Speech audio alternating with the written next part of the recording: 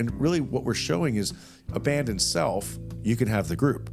The problem is that the blame, shame, and the judgment, the exile, and the abandonment, all of those things then mean that even if you abandon self, the group is always going to be fickle, and you're not going to have the ability. It's the only way you get to come back to society. It's the only way we let you back in the village. Otherwise, you go out in the wilderness and starve to death. Right, and it just depends on how long through your life and how many of those experiences you have before you now have that belief. It's like, okay, wait a minute.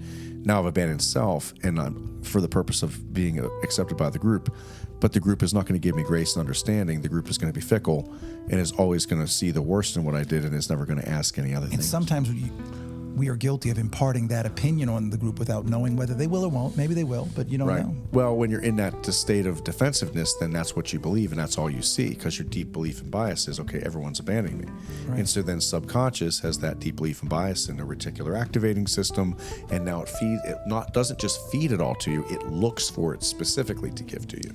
This is fascinating, and this is why this approach to the law is different, and it's why it's so huge and it's so novel.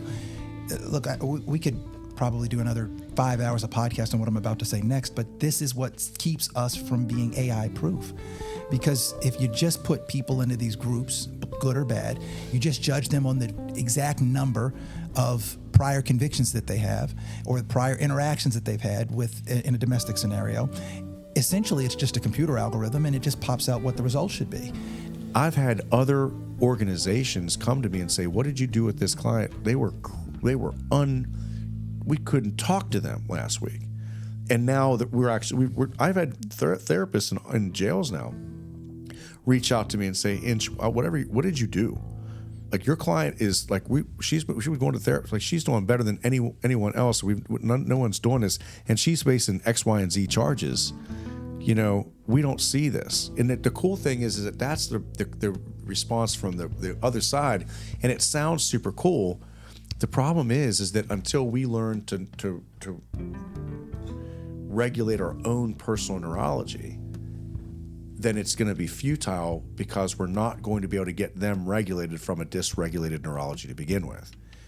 And so that becomes then and then it does.